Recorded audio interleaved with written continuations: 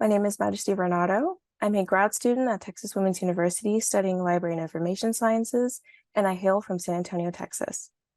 The Connecting Communities Digital Initiative, CCDI, supports and provides resources to individuals and institutions who use library digital materials to create projects that center communities of color. As a part of this work, I created a guide to help benefit creatives in media, historians, and individuals with an interest in Black hair to create films, television, art, and informed scholarship, and interviewed users to learn more about challenges they may face navigating the catalogs.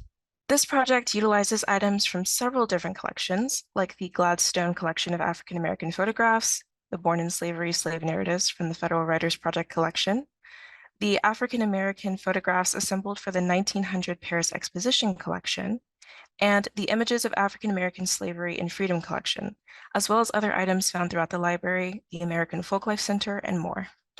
I decided to use the library's collections on African American history to chronicle the evolution of African American hair from the 17th to 20th century.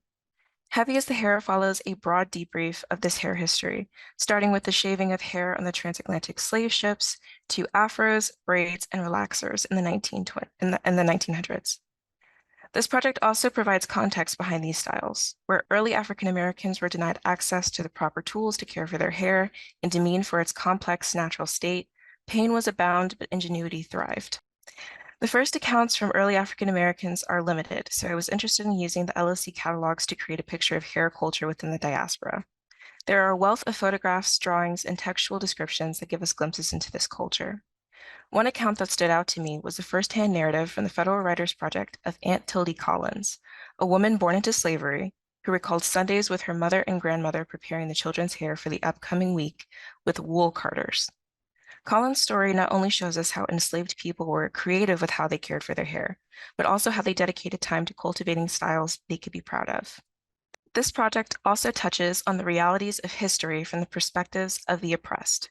Many African American stories of resilience, like using cornrows to guide runaway slaves and to hide resources like food, are stories that are often not validated by colonial narratives. These stories are part of oral tradition, passed down from great-grandparents to great-grandchildren, and should be respected as such.